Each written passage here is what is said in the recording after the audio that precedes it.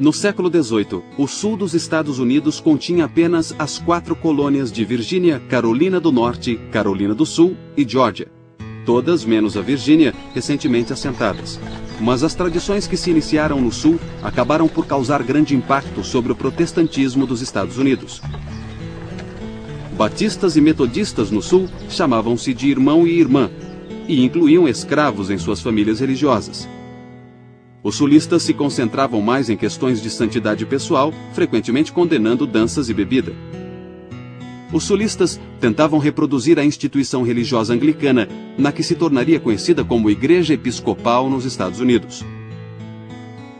O novo estilo religioso dos despertares do século XVIII transformou o convívio entre as raças negra e branca. Os evangélicos no sul dos Estados Unidos, em geral, acolhiam bem todos os tipos e condições de pessoas, incluindo pastores negros, que viraram líderes de comunidades religiosas, principalmente batistas e metodistas. Muitos evangélicos eram contra a escravidão. Mas no início do século XIX, o evangelismo branco recuou em suas posições anti-escravagistas e o evangelismo negro seguiu por uma trilha distinta. Em novembro de 1786, a ruptura mais drástica com a Igreja Mãe, a Igreja Metodista de São Jorge, na Filadélfia, ocorreu quando Absalom Jones, William White e Richard Allen tentaram ajoelhar e orar no altar. Os diáconos da igreja, que era predominantemente branca, os retiraram fisicamente e a congregação, o segmento negro da congregação, sentiu-se ultrajada e eles, de um modo bem dramático, se retiraram. Em decorrência disso, entre 1787 e 1791, nascia uma igreja sob o nome de The First Church Mother Bethel, na Filadélfia.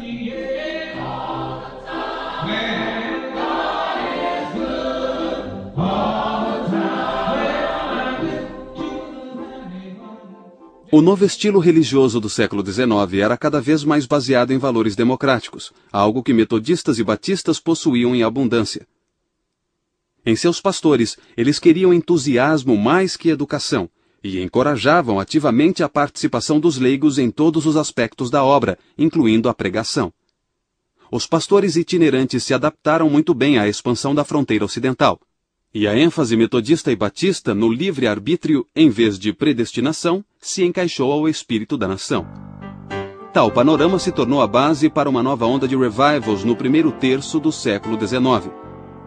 A energia espiritual dos revivals espalharia novas denominações protestantes, como a Igreja Presbiteriana de Cumberland e a Igreja Cristã ou Discípulos de Cristo.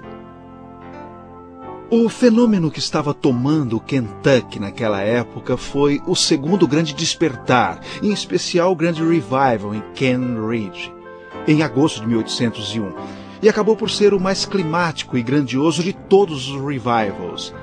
Havia pessoas de todas e de nenhuma convicção religiosa. Mas um fenômeno surgiu que ainda nos causa espanto hoje, como causava naquela época. As pessoas se surpreendiam fazendo exercícios espirituais. Algumas rolavam no chão, algumas latiam como cães, outras tinham grandes surtos de gargalhadas. É um mistério, mas quem pode explicar tudo que se relaciona com o espírito? Porém, existe um acordo que é o poder desse momento de transcender as divisões entre as denominações. Presbiterianos ouvem metodistas, metodistas ouvem batistas. Que bom era estar em comunhão no mesmo espírito, na adoração de Deus. Normalmente, as mulheres não podiam se tornar líderes protestantes, mas muitas participavam daquele entusiasmo, empregando-o a seu modo. Frances Willard organizou mulheres para apoiar a temperança. Algumas mulheres, como Jarina Lee, reivindicavam o direito de pregar. A chamada era moderna tem sido caracterizada com termos sugestivos tais como liberal e democrática. Foi a época do desenvolvimento de impérios industriais e complexos urbanos. A A modernidade também foi caracterizada por ideias que incluem o capitalismo, o nacionalismo, o colonialismo e o darwinismo. Para os protestantes, a era moderna foi cheia de oportunidades e ansiedade. Os protestantes liberais acreditavam que a fé religiosa é consistente com a crítica acadêmica e que se pode descartar muito das velhas tradições a fim de preservar a essência da mensagem cristã. Para os liberais, a pior coisa que os cristãos podiam fazer seria tentar proteger ou isolar a Bíblia de seus críticos. Assim, para os protestantes liberais, a Bíblia é um livro humano e histórico, assim como a religião é um fenômeno humano. O século XIX também testemunhou um ressurgimento conservador entre os protestantes, e não apenas entre devotos antiquados do tipo que interpretam literalmente os relatos da criação no Gênesis. Os liberais alegavam que o homem tem a capacidade de conhecer o desejo de Deus. Os conservadores argumentavam o contrário, que Deus só é conhecido por meio da revelação bíblica. Os textos bíblicos mencionam o chamado fim dos tempos, e espera-se que Jesus Cristo volte em glória. Os pré-milenaristas acreditavam que nos aproximávamos desse milênio. Eles rejeitavam a esperança liberal nas possibilidades humanas na Terra. Eles alegavam que a volta de Cristo seria um cataclisma carregando os crentes para fora do mundo para estar com Deus.